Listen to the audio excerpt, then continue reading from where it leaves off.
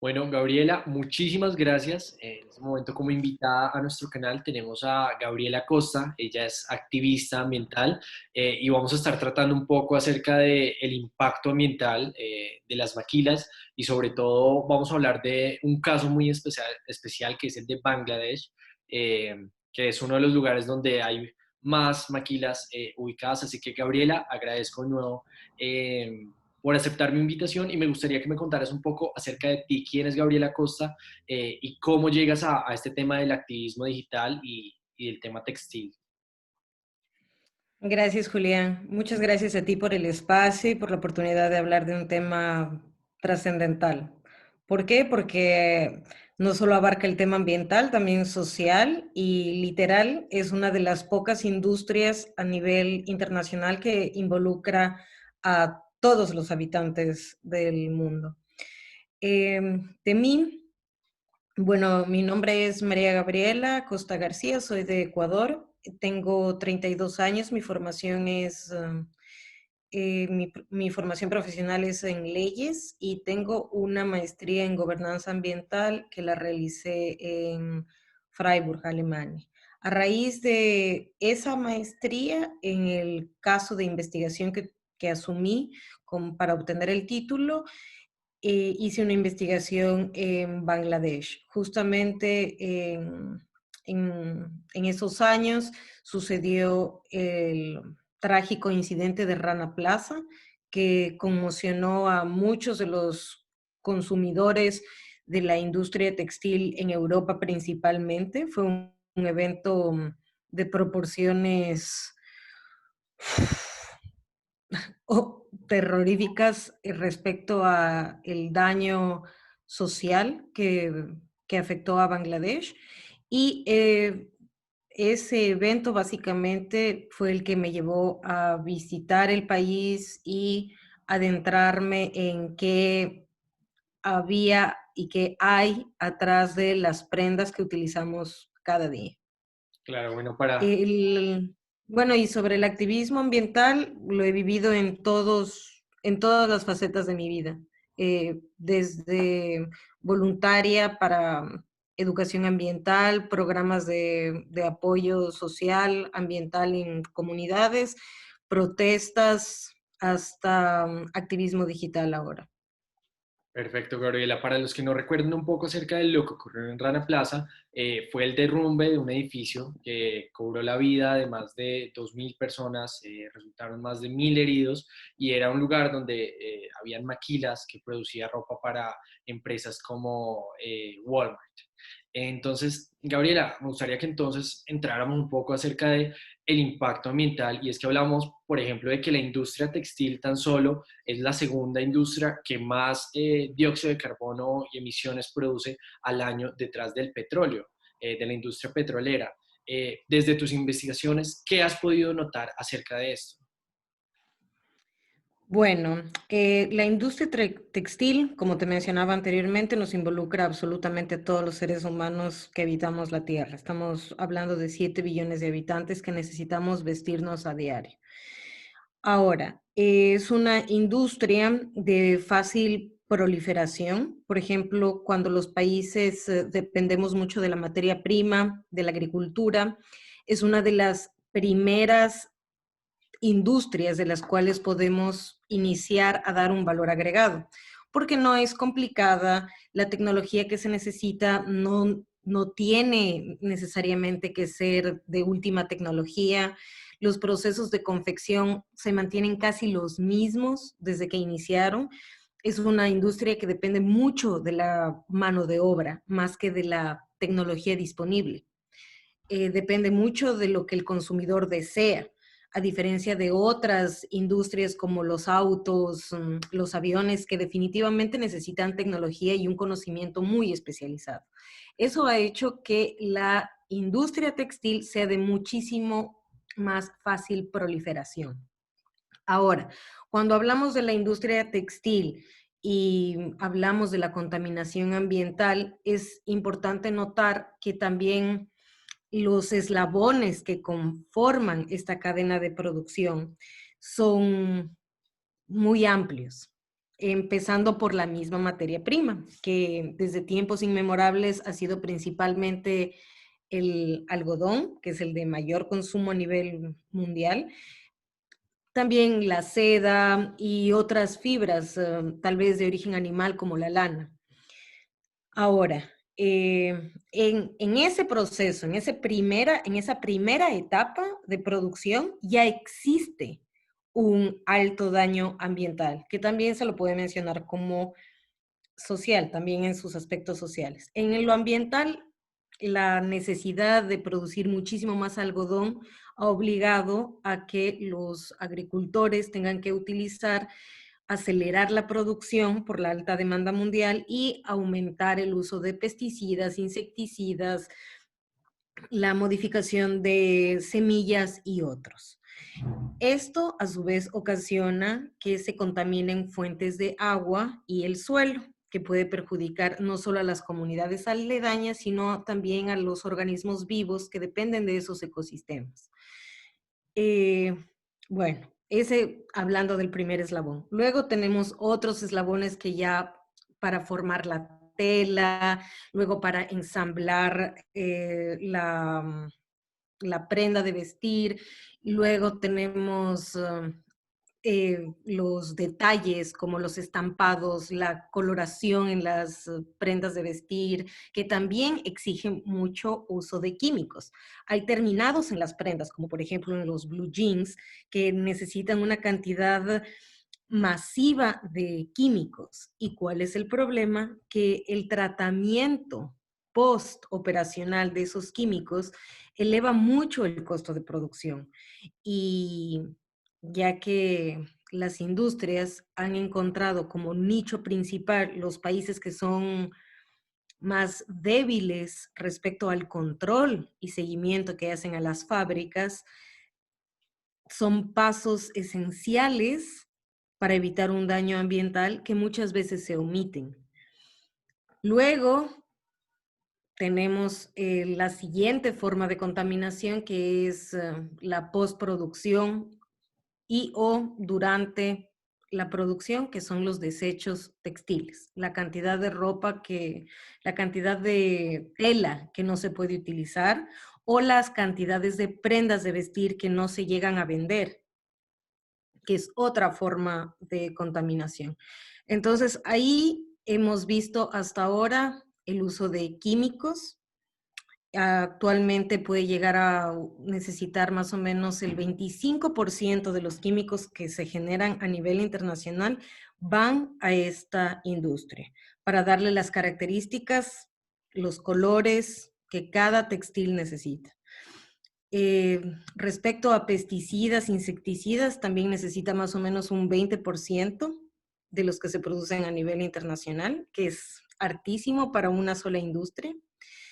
Vemos los desechos de basura que vienen desde las prendas. Vemos los químicos que no son tratados ni en el agua ni en el suelo. Y respecto a la contaminación atmosférica, bueno, eh, ahí entra en cambio el tipo de fábrica y el tipo de maquinaria que utiliza cada fábrica. Es decir, por ejemplo, en algunos países de Latinoamérica, tal vez la energía que se utiliza en las fábricas es hidroeléctrica, tal vez, con altas probabilidades. En Asia no necesariamente. La geografía es diferente y tal vez, y muy certeramente, muchos de los países necesitan gas o gasolina para generar electricidad en sus fábricas. Y eso ya aumenta el nivel de contaminación en la industria. Además de eso, hay uno que es como oculto, que realmente no se lo toma en cuenta, que ocurre en el transporte de las prendas ya terminadas o incluso de los materiales que se van a utilizar en la confección, ya sea los botones, los cierres o la misma tela. Es decir, China produce la tela y tal vez cuando se analizan las emisiones de carbono de China se toma en cuenta únicamente lo que está produciendo dentro de China. Y si comparas China con tal vez Colombia, te darás cuenta que como Colombia tiene menos industrias, menos población, tal vez los niveles de CO2 que Colombia emite son inferiores. Pero si las industrias colombianas importan las telas desde China, los botones desde China o incluso la prenda terminada desde China, hay emisiones de CO2 que también van a ser generadas en el proceso y que no son tomadas en cuenta cuando se hacen los análisis de quién está contaminando qué. Solo se hacen los análisis a nivel de país, tomando en cuenta las industrias que existen en el país y los habitantes que existen en el país. Pero si tomamos en cuenta las relaciones de importación y exportación, por ejemplo, en el caso de China, que casi no importa, sus números bajan considerablemente. Y países como latinoamericanos o europeos que sí importan mucho, sus cifras cambiarían totalmente. Claro, y es bastante grave lo que comentas porque muchas veces uno solo se enfoca en una de las partes de producción, ¿no? Entonces uno solo trata, digamos, lo que ocurre dentro de la maquila, dentro de la fábrica, pero no vemos todo este proceso. Frente a estos impactos ambientales, quiero saber cómo van los tratados internacionales para intentar mitigar, por ejemplo, el impacto ambiental de estas industrias, el Acuerdo de París. ¿Cómo van estos procesos? Bueno, el tema de los tratados internacionales es un tema complicado. Eh, y soy bastante crítica al respecto. Este gran problema de la contaminación que importamos y exportamos de un país a otro también tiene su origen en los tratados internacionales, así como las posibles soluciones que se están planteando también tienen su origen en el Acuerdo de París y otros tratados vigentes. Ahora, ¿a qué me refiero en que pueden llegar a ser contradictorios?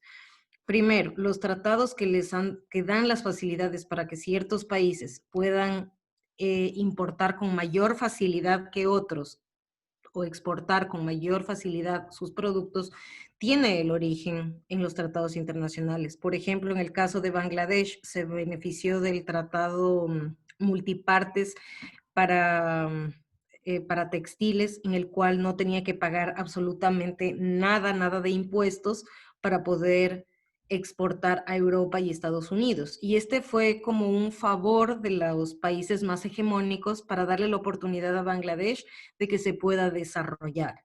Entonces, para que Bangladesh pueda desarrollar una industria y pueda atender las necesidades económicas de su país, se les dio cuotas sin absolutamente ningún arancel.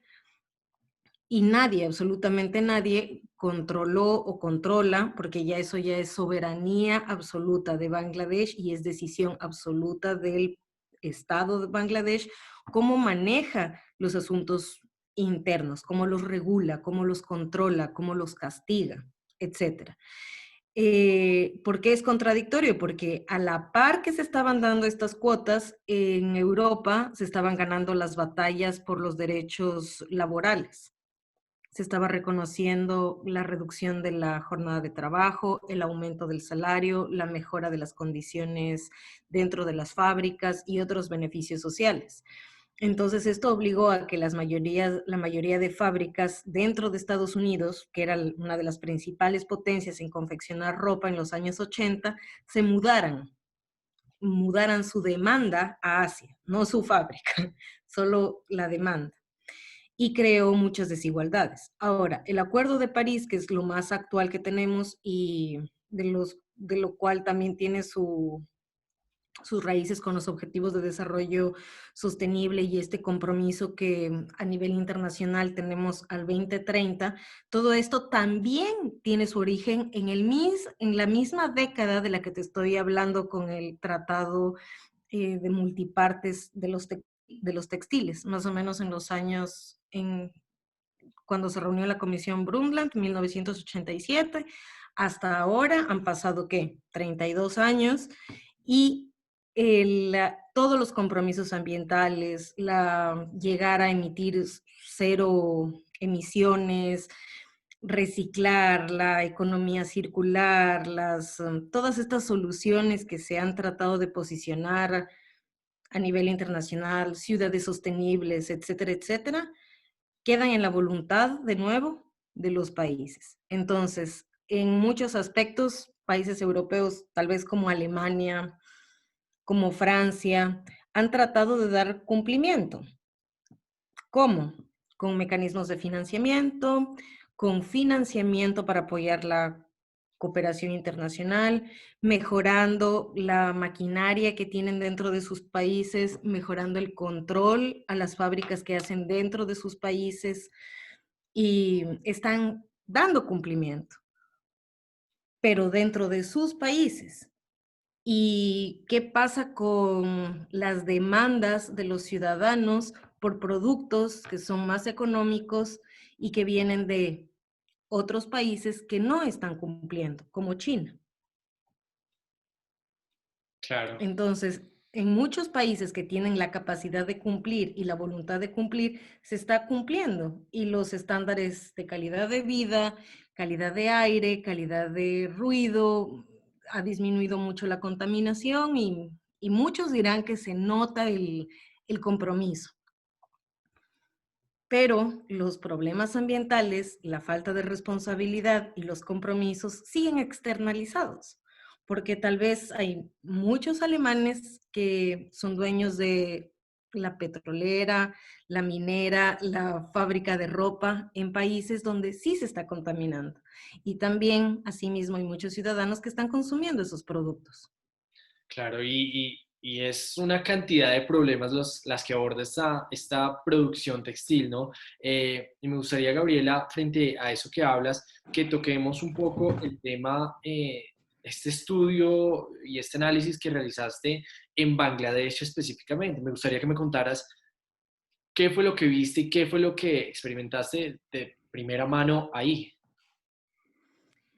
Te puedo decir que la primera motivación que me llevó a Bangladesh fue justamente este sentimiento de responsabilidad que había en el aire. ¿Por qué? Porque como lo acabamos de mencionar, los tratados internacionales no son vinculantes, no son obligatorios, son voluntarios.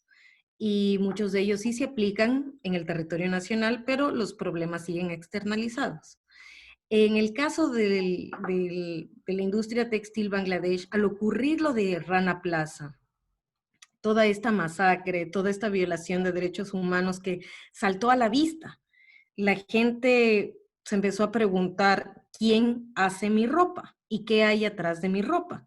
Estamos inmersos en un estilo de vida tan rápido que no sabemos qué hay atrás de nuestro celular, posiblemente una guerra civil en África para que la screen sea touch y no lo sabemos.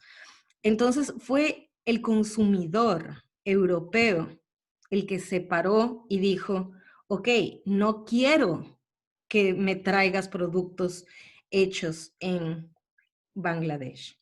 Y si los traes, quiero que me digas cómo los estás haciendo. Esa fue una pauta que para mí es histórica, porque no solo marcó el inicio de muchas campañas que todavía continúan hoy, sino que se generaron acuerdos o exigencias que tenían que ser implementados dentro de Bangladesh. Ahora, cuando ya estuve en Bangladesh, vi las dos caras de la moneda. Las fábricas que debido a este acuerdo, uno de estos que se llama Accord and Fire, Fire and Safety, les obligaban a las fábricas a mejorar la seguridad industrial dentro del recinto, mejorar las salidas de emergencia, la ventilación, la iluminación, mejorar todas las condiciones dentro de la fábrica. Y muchas lo hicieron, pero hay que tomar en cuenta que Bangladesh es un país con 6.000 fábricas y no todas tienen la misma capacidad económica. Entonces, logré ver los casos de éxito, las mejoras, los uniformes, la gente usando los guantes, todo muy bonito.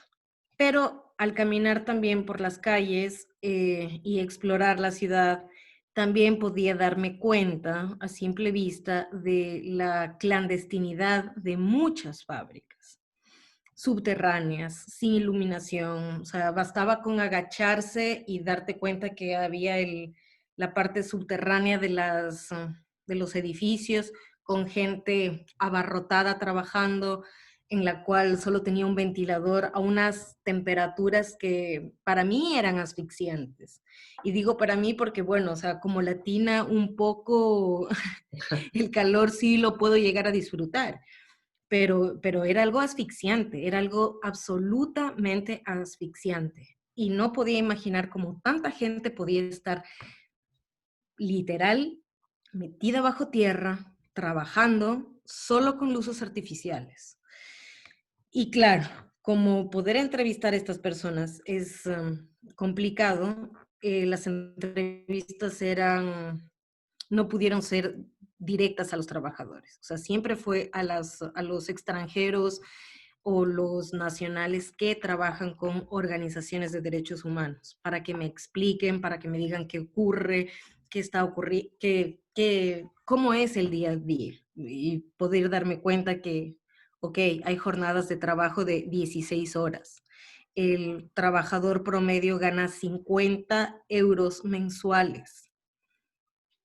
11 personas viviendo en casas construidas entre aluminio y cartón.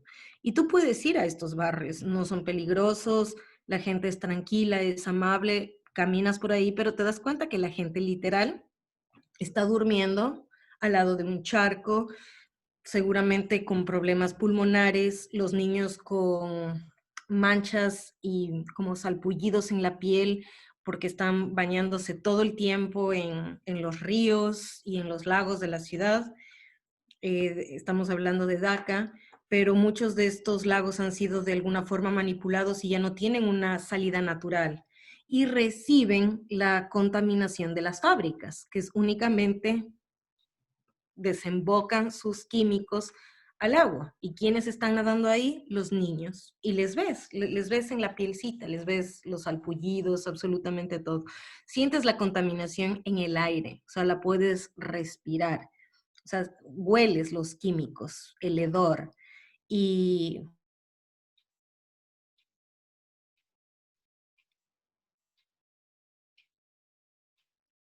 ¿Me escuchas, Gabriela? Sí, sí, ya se había desconectado un momento. Me estabas contando que la contaminación se siente en el aire. la contaminación se siente literal está en el aire y te puedes dar cuenta que todo proviene de los químicos. Puedes ver incluso la cantidad abrupta de desechos de las fábricas. Y las puedes ver porque hay carretillas de gente en las calles vendiéndote las camisetas que tienen un mini error, Calvin Klein, Tommy, PC Penny, en 1 euro, en $1. O sea, porque no van a llegar al mercado y tampoco algunas de ellas no las pueden vender, entonces solo las revenden a la gente local. Puedes ver las montañas de desechos textiles en la calle, abarrotadas. Y hay que tener en cuenta que Bangladesh es un país que se inunda todos los años, o sea, se inunda.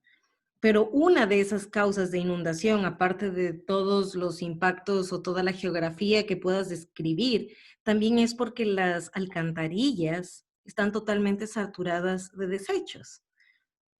Y entre esos desechos están las prendas de vestir, están los cortes de las telas, están la ropa que se bota, y a las fábricas les resulta muchísimo más barata botarlas o donarlas que hacer un tratamiento. Cierta cantidad, es verdad, creo que hasta el 25% de los desechos de las fábricas puede ir a una subproducción. Por ejemplo, hay máquinas que destrozan y deshilan la tela y tú puedes hacer franelas, puedes hacer trapeadores, puedes hacer alfombras. El problema es que la calidad de la tela ha bajado tanto, para que pueda ser tan económica que ya últimamente ni siquiera sirve para franela, o sea, ya no sirve ni para alfombra. Y ese es un gran problema, porque estamos hablando de una mezcla entre algodón con poliéster, telas que son más plástico que fibras naturales que no se van a descomponer. Entonces, no solo no sirven para una subproducción, sino que tampoco se van a degradar en el ambiente. Y si se degradan, van a pasar sus Años. 200 años para que lo logre. Gabriela, otro de los problemas que tenemos acá, otro de los problemas que tenemos que acá es que para llegar a una solución, primero hay que tener disposición por las partes. Y es que nos encontramos entonces con consumidores que no son conscientes de lo que ocurre, que continuamos, porque me incluyo en eso muchas veces, apoyando esta industria del fast fashion, comprando en tiendas como H&M y demás. Tenemos además países que no se ven dispuestos a colaborar debido a que le dicen, por ejemplo, a países industrializados como Estados Unidos, pero es que ustedes llevan produciendo y generando dióxido de carbono y contaminación durante 200 años, ahora déjennos pues hacer lo mismo porque tenemos que alimentar a nuestra gente y tenemos a estas personas que dicen, pues es que no es tan peligrosa, no es tan peligroso el trabajo en maquilas y deberían es agradecer que están trabajando, porque es un discurso que se mantiene por parte de los defensores de maquilas. ¿Cuál es tu posición y cómo ves el futuro del mundo de las maquilas de acá a 10 años, entendiendo pues estas personas y la posición que mantienen? Yo creo, sí es una pregunta realmente difícil. Eh, Tal vez para poder hablar un poco más sobre mi posición, quisiera hablar un poco de cómo sí entiendo la posición de los defensores de las maquilas. En nuestros países, me refiero a latinoamericanos y también Bangladesh, una característica que fue muy notoria en por qué no pueden llegar al cambio que deberían llegar, está el indudable dinero. Estamos hablando de que la tasa de interés tal vez para un emprendedor o para una fábrica en Estados Unidos puede ser entre el 1% al 5%, aunque suene ridículo, aunque suene eso es imposible, no, sí, sí, hay tasas de interés por eso, a esa cantidad justamente para incentivar las industrias y la economía dentro de sus países. En el sector inmobiliario en Alemania para comprar puede llegar a menos de 1%. Claro, el precio del inmueble es elevadísimo, pero el porcentaje de interés es bajo. En Latinoamérica, en Bangladesh, noté que las tasas de interés para fábricas, etcétera, está entre los 12 y 17 puntos, es decir, 12 a 17%. Es una, es una cifra elevadísima, tomando en cuenta que el supuesto margen de utilidad de una empresa normalmente es el 30%. A eso tienes que sumarle, o sea, 30% más el 12% de la tasa de interés. Bueno, también tiene que pagarle a los empleados la materia prima, etcétera, etcétera, etcétera. Las fábricas y los empresarios terminan en este jaque mate de tener que dañar a alguien para salvar el barco. Y es una culpa compartida. Es una culpa compartida porque el gobierno debería brindar las oportunidades para que esa competencia dentro de un sector económico no sea tan voraz, tan irresponsable. Y los ciudadanos también, o sea, los ciudadanos también deberíamos preocuparnos por dar seguimiento a qué está haciendo y en qué está invirtiendo nuestro gobierno. Porque si bien es verdad, una maquila puede dar mucho trabajo y una maquila tal vez en Colombia resulta muchísimo menos contaminante que en China. Y tal vez la contaminación de esa maquila dentro de Colombia va a ser inferior si abastece a los consumidores ecuatorianos, peruanos, venezolanos, porque las distancias son menos, porque tal vez la energía es hidroeléctrica y si es que tiene todos los estándares ambientales y sociales necesarios, también con ayuda del consumidor de no producir en exceso, porque, ok, en Latinoamérica necesitamos tal vez 2 estaciones de ropa, porque no tenemos estaciones tan marcadas. En Europa se necesitarían máximo 4, y sin embargo hoy ya hace 10 años se hablaba de 8 estaciones anuales solo para la moda. Ahora ya se ha llegado a contabilizar hasta 52 micro colecciones anuales, o sea, es un absurdo. Es un Absurdo. absurdo en la cantidad de ropa que se está produciendo, o sea, se produce muchísimo más de lo que se consume.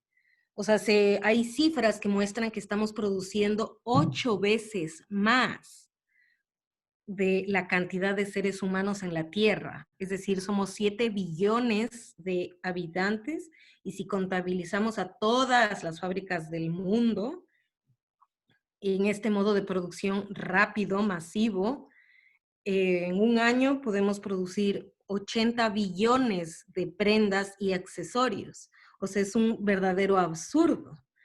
¿Ya? Entonces, para mí realmente el reformularse la maquila, la calidad del producto, los materiales que utiliza, la cantidad de, de materiales y de productos que va a generar, ese sería.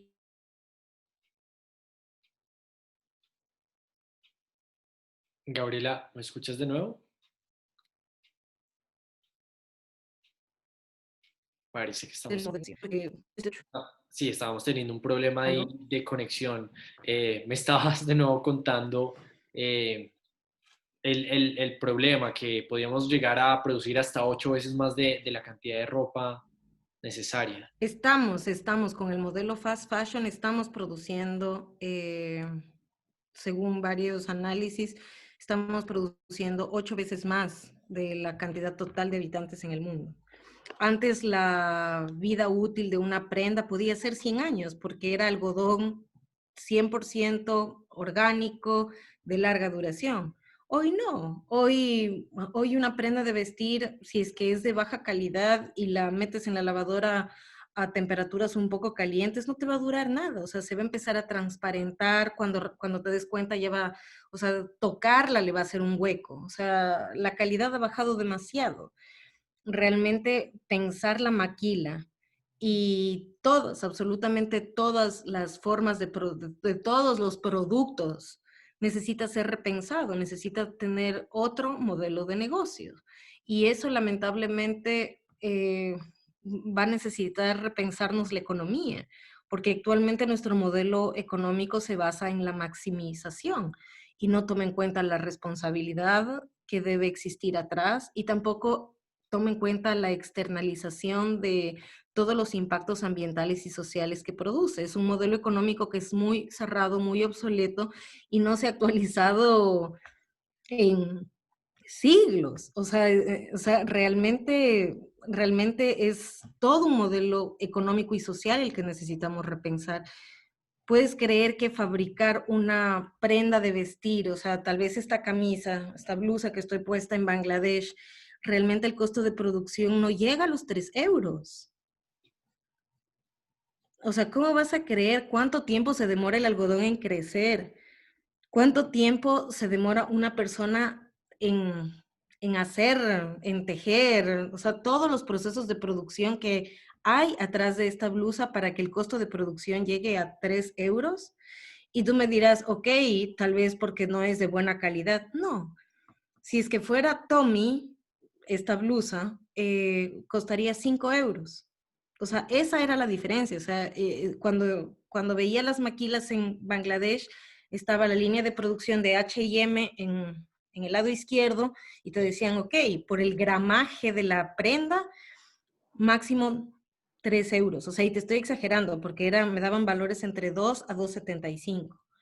y el de Tommy, que estaba al lado por el gramaje, porque realmente lo que aumenta el precio es qué tan gruesa es la camisa, subía a 5 euros. O sea, 2 euros de textil, nada más. De ahí. Complicado, complicado eso, Gabriela. Bueno, me dejas sin palabras al dimensionar muchas veces esto y frente ahí va mi siguiente pregunta es, ¿qué podemos hacer, Gabriela? Porque tenemos que este es un problema histórico y que estamos yo creo que en un punto de quiebre acerca de lo que vamos a definir para nuestro futuro. ¿Qué podemos hacer como consumidores, como personas, hablando del consumo de productos, hablando de activismo, hablando de la responsabilidad social? ¿Qué podemos hacer para contribuir a la solución de este problema? Ah, hablaba con gente mucho mayor a mí que realmente se sienten ya derrotados por la vida y te dicen que nada absolutamente en el mundo puede cambiar porque es que no hay posibilidad de que las cosas cambien. Y, y como no sabía cómo entrar en el tema, les decía, o sea, me metí por el lado religioso, pensando que tal vez ahí me entenderían. Y les decía a estos distinguidos caballeros y damas de unos 30 años más que yo, es como, o sea, si es que esta fuera, si estaríamos en la Biblia, estamos entonces en una constante lucha entre el bien y el mal. Es la lucha final para decidir el destino del mundo, bien por el mal.